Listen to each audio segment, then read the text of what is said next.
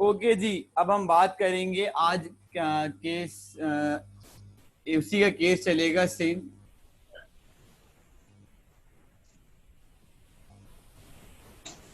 और ये question number 5 के ही फर्दर मोर केसेस हैं। मैं इसे केस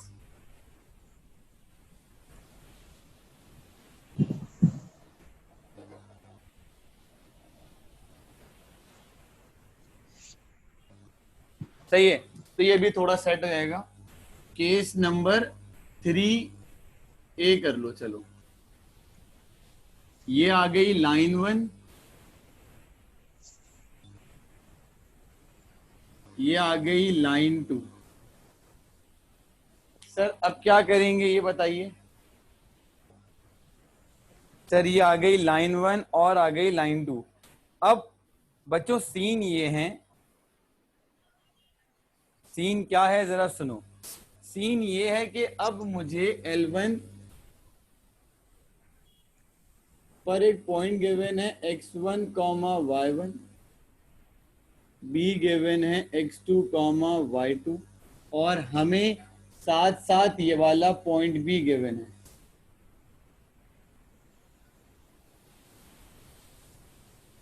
सही है जी।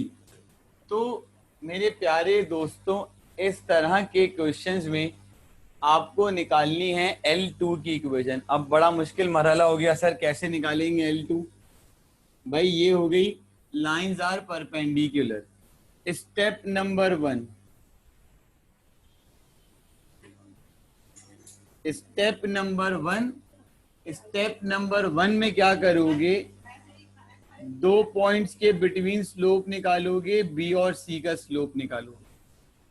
कैसे निकालोगे, y2 minus y1 upon x2 minus x1। ठीक है सर, ये काम तो आसान है, हो जाएगा। जैसे ही m1 कैलकुलेट कर लोगे तो m2 कैसे निकालोगे। तो भैया m2 के लिए क्या करोगे, m1 into m2 is equals to -1। अब आपने बोला सर यूं काम किया, आपने कहा सर यूं काम किया, तो आराम से m1 m2 दोनों ही निकल कर आ गए। मेरे दोस्तों जैसे ही m1 आपके पास पीछे फाइंड करा, m2 निकालोगे और फिर क्या यूज करोगे यहाँ पर फॉर्मूला। फॉर्मूला कौन सा होगा, स्टेप 2। सारे प्रोसेस सेम है, बस पॉइंट्स की वजह से थोड़ा सा मसला आ जाता है। फॉर L2 इक्वेशन क्या यूज करोगे भाई, y minus y1 m2 x minus x1। सही है जी। मैंने यहां पर इसलिए x1 y1 नहीं लिखा ताकि वो आपको बाद में कंफ्यूजन ना हो जाए कि सर ये तो बहुत अजीब केस हो गया, ऊपर से हम कौन से पॉइंट रखें। तो मेरे दोस्तों एक काम कर लेते हैं, मैं ना इसको आपकी याद दहानी के लिए x dash x1 y1 dash इसको यूं कर लें, ताकि ना आपको डिफ्रेंशिएट करने में आसानी हो जाएगी कि आपने कौन से पॉइंट रखने हैं और कौन से पॉइंट नहीं रखने।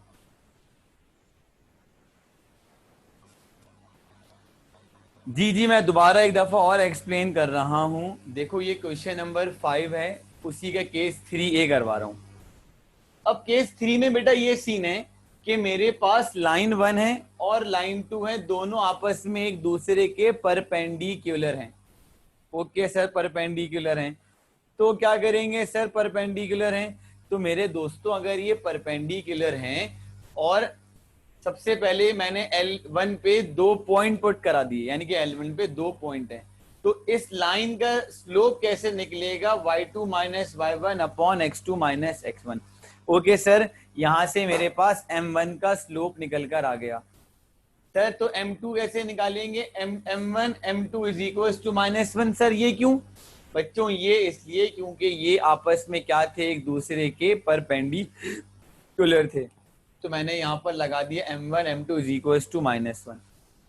फिर यहां से m2 कैलकुलेट किया और m2 कैलकुलेट करने के बाद m2 कैलकुलेट करने के बाद मैंने क्या कर दिया, इस रिक्वायर्ड लाइन की इक्वेशन निकालनी थी, इसको नाम दिया L2 का, और क्या रखे point x dash x1 dash y1 dash. देखो आपने यहाँ पे x1 y1 क्यों नहीं लिखा मेरे दोस्तों, वो इसलिए नहीं लिखा क्योंकि अगर मैं x1 y1 लिख देता तो पीछे भी गिवन है तो आप उसमें क्या कर जाते, मसला करते, आप लोग ये वाला पॉइंट पुट कर देते। तो मैंने इसलिए काम को थोड़ा चेंज करके यहाँ पे x1 डैश और y1 डैश कर दिया। यहाँ तक किसी को कोई मसला, कोई टेंशन है तो बताइए। Okay student, case 3B, case 3B के अंदर क्या होगा जरा गौर से देखो, ये लाइन 1 हो गई,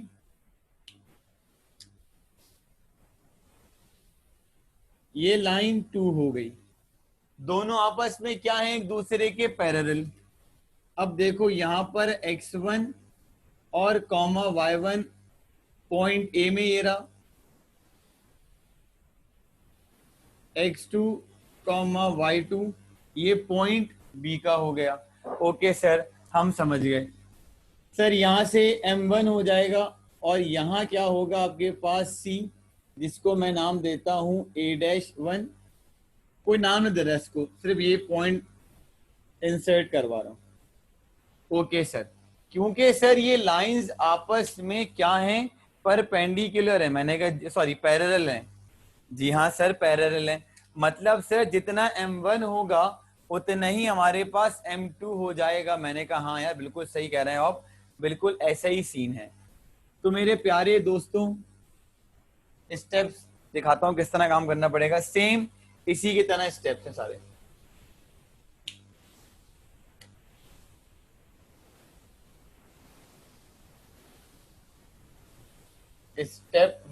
स्टेप वन में क्या करोगे, फिर से रेशियो कैलकुलेट कर, स्लोप कैलकुलेट करोगे, ए से बी का फॉर्मूला यूज करोगे, y2 minus y1 upon x2 minus x1। ठीक है सर, ये काम हो जाएगा। उसके बाद दोनों लाइंस आपस में क्या हैं बच्चों, आप बोलोगे सर पैरेलल, जितना m1 का स्लोप उतना ही m2 का स्लोप। सर वो स्टेप 3 में क्या, स्टेप 2 में क्या करेंगे मेरे प्यारे दोस्तों, स्टेप 2 के अंदर आप करोगे ये वाला formula, y minus y1 dash, m1 या m2 रख लें जो अच्छा लगे वो कर लें, x माइनस x1 डैश। देखिए भाई आगे ये वाली बात समझ में। ओके स्टूडेंट देखो भाई, इस क्वेश्चन नंबर 5 और उसका part number 5, passing through the point -1, 2 and parallel to the line -1, 7 and 6, -5। तो आपके पास क्या कह रहा है, पैरेलल का केस कह रहा है, आपके पास x1 डैश और y1 डैश किसके बराबर है, आपके पास -1, 2 के बराबर है। ठीक है जी, ये आप आराम से कर लेंगे दोनों पार्ट। सही है जी, फिर अब इसके बाद हम चलते हैं अगले क्वेश्चंस पर। ओके बच्चों, हेडिंग आगे लगेगी आपके पास अब क्या, पॉइंट ऑफ कॉन्क्यूरेंसी ऑफ 3 और मोर लाइंस, या 3 लाइन से कर लो फिलहाल। Point of concurrency of 3 lines.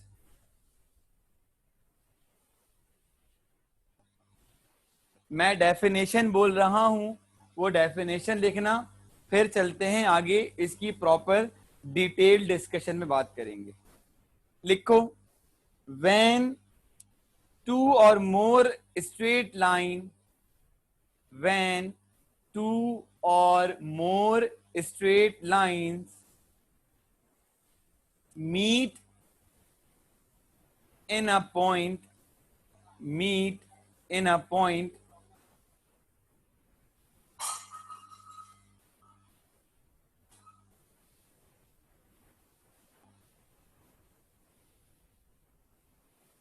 meet in a point, intersect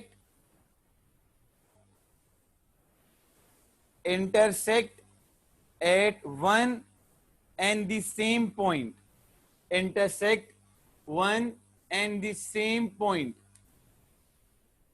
they are said to concurrent. They are said to concurrent. They are said to concurrent. And their meeting point and their meeting point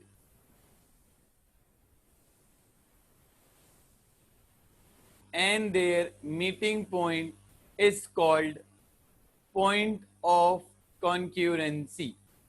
And their meeting point is called point of concurrency. है sir, ये तो बहुत अजीब सी बात कर दी. एक नहीं, दो नहीं, तीन तीन लाइंस. जी हाँ, एक नहीं, दो नहीं, तीन तीन लाइंस हैं आपके पास, और इन तीनों के बारे में अब आपने पढ़ना है. आसान चीजें, मुश्किल नहीं है. सही है जी. सबसे पहले मैं आपके सामने यहाँ पे टू और मोर लाइन इंटरसेक्ट करवाऊंगा. केस 4 कर लो इसे. सीमा रेखा 1, सीमा रेखा 2,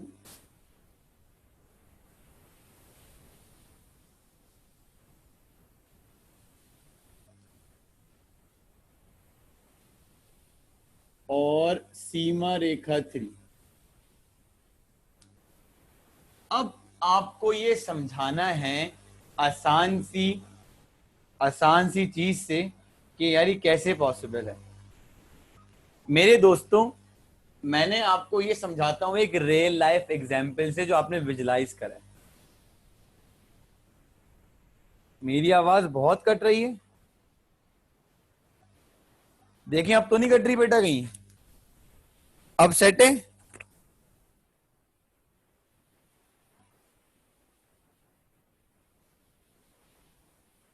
देखो बच्चों, इस चीज को समझने के लिए कि एक नहीं, दो नहीं, तीन पॉइंट ऑफ कॉन्क्यूरेंट किसी कैसे निकलती है. देखो सपोज करो बॉर्डर बम चौरंगी देखिए.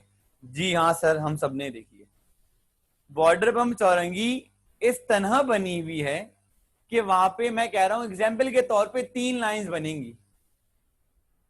अगर बॉर्डर बम चौरंगी नहीं होती, फॉर एग्जाम्पल आप आ रहे हो 16 नंबर चौरंगी हार्ट डिजीज से आ रहे हो टूवर्ड्स कहां पे, शाहजी कॉलेजिएट, L1 बन गई. ठीक है सर. फिर आप किधर से आ रहे हो, यूसुफ प्लाजा से आ रहे हो, कहां पर, महमूद स्वीट की तरफ. जी सर, L2 हो गई. तो आपने देखा होगा 2 लोग आपस में ऊपर से मिलते हुए जाएंगे. और L3 क्या होगा, L3 पीएसओ के पंप से 2 पीएसओ के पंप आपस में डायगोनल बने, वो डायगोनल वाला रास्ता ले लो तो वो हो जाएगा L3. जहां पर वो तीनों पॉइंट्स आकर मिल रहे हैं उस पॉइंट का नाम क्या होता है, उसे कहते हैं हम क्या, पॉइंट ऑफ कॉन्क्यूरेंसी.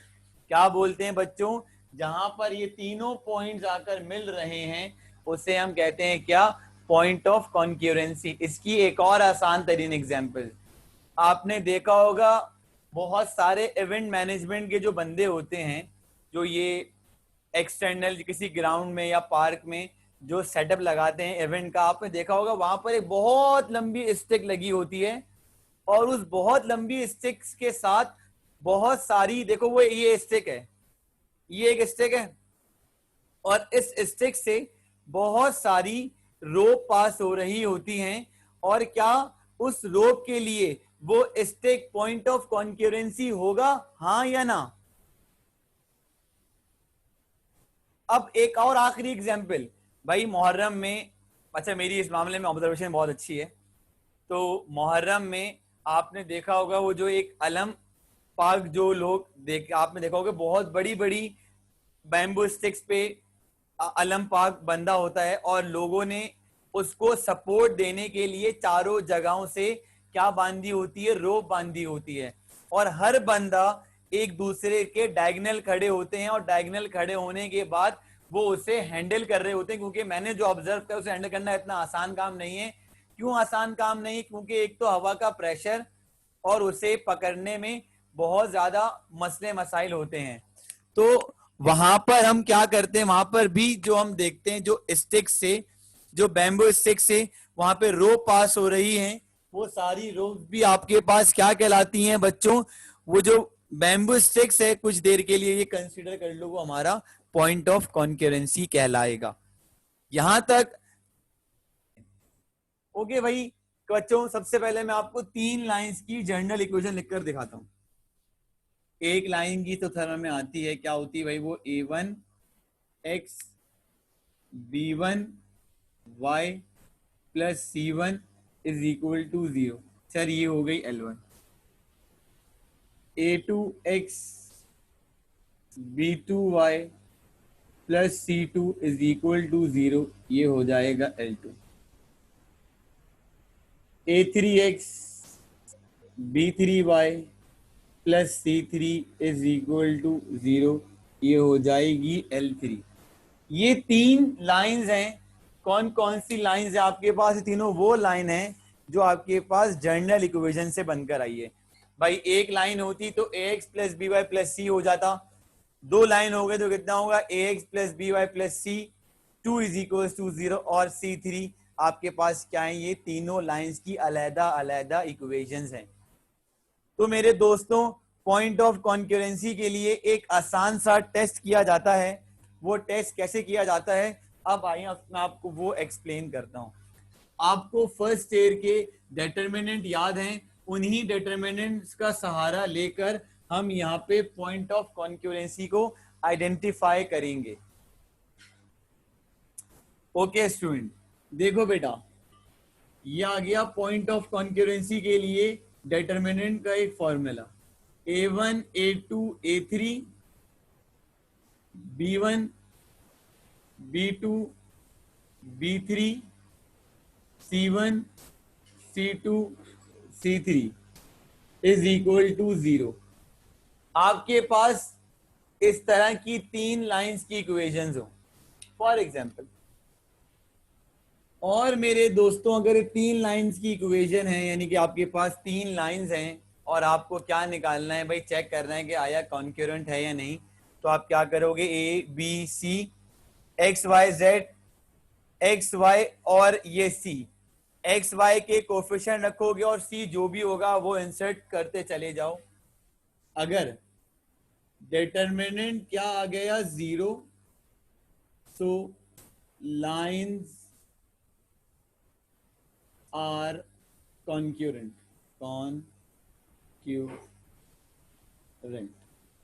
अगर डिटर्मिनेंट 0 आ गया तो। अगर डिटर्मिनेंट इक्वल्स टू 0 के नहीं आया तो नॉन या नॉट कोलिनियर कर देना, lines are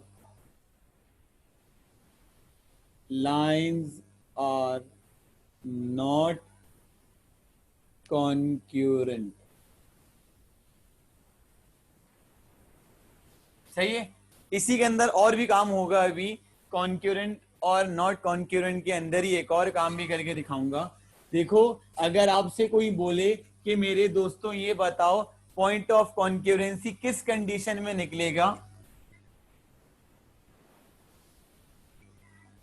to find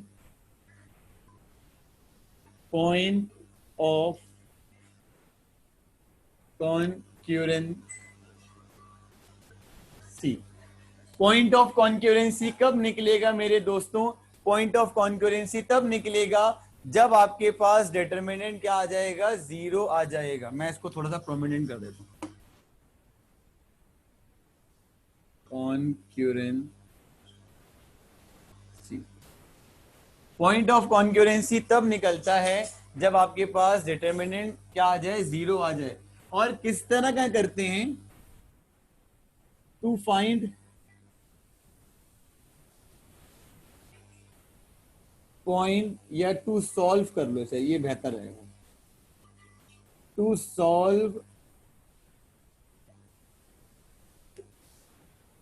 solve any two equations of the line, के लाइंस की कोई सी भी दो इक्वेशंस को सॉल्व कर लो। पॉसिबिलिटी क्या क्या हो सकती है लिखना, L1 एंड L2 और L2 एंड L3 और L3 and L1। These are the possibilities. ये आपके पास पॉसिबिलिटीज है मेरे दोस्तों, लाइन की इक्वेशन को यानी कि पॉइंट ऑफ कॉन्करेंसी निकालने के लिए।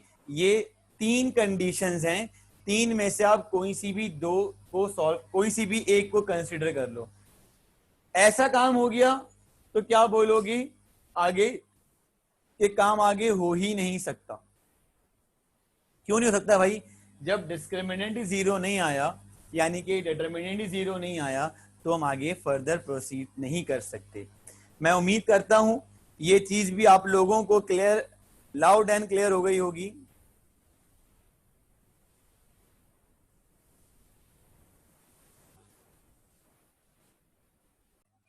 ओके स्टूडेंट्स, अब हम केस 4A पे जा रहे हैं और केस 4A में क्या करना है जरा ये देखिएगा। 4A और 4B में, 4A और ये थोड़े से गैप के बाद 4B।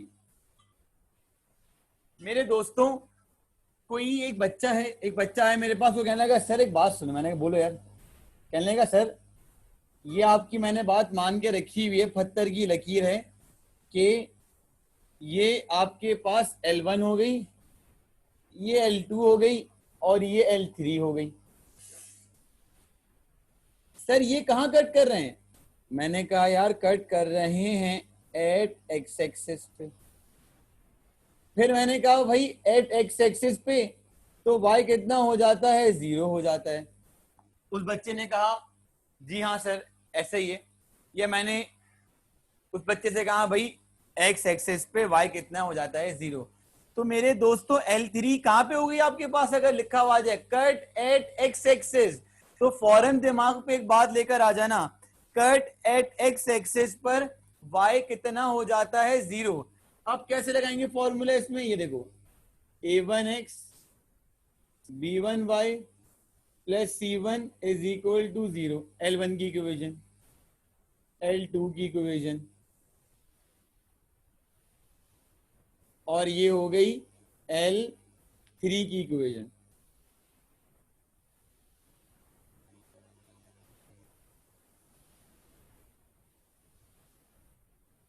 L1 L2 L3 है सर, ये क्या बात हुई? सर सही तो लिखा आपने, y is equal to 0, sorry y is equal to 0। तो सर बात तो एक ही हुई ना कि L1 ये रही, L2 L1 ये रहा, L2 ये रहा और L3 आपके पास कहां से पास हो रहा था? पहले यानी कि एक्स एक्सिस पे आपके पास लाइन ऐसी आई है, माजरत लाइन ऐसी आई है जो एक्स एक्सिस से पास होकर आई है। ये वाली बात बच्चों क्लियर है या नहीं?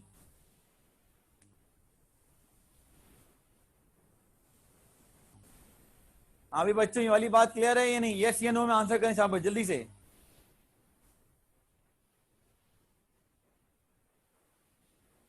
एक्स की वैल्यू 0 इसलिए हो जाती है माज क्योंकि हम इस तरह लेके चलते हैं at X axis y is equal to 0।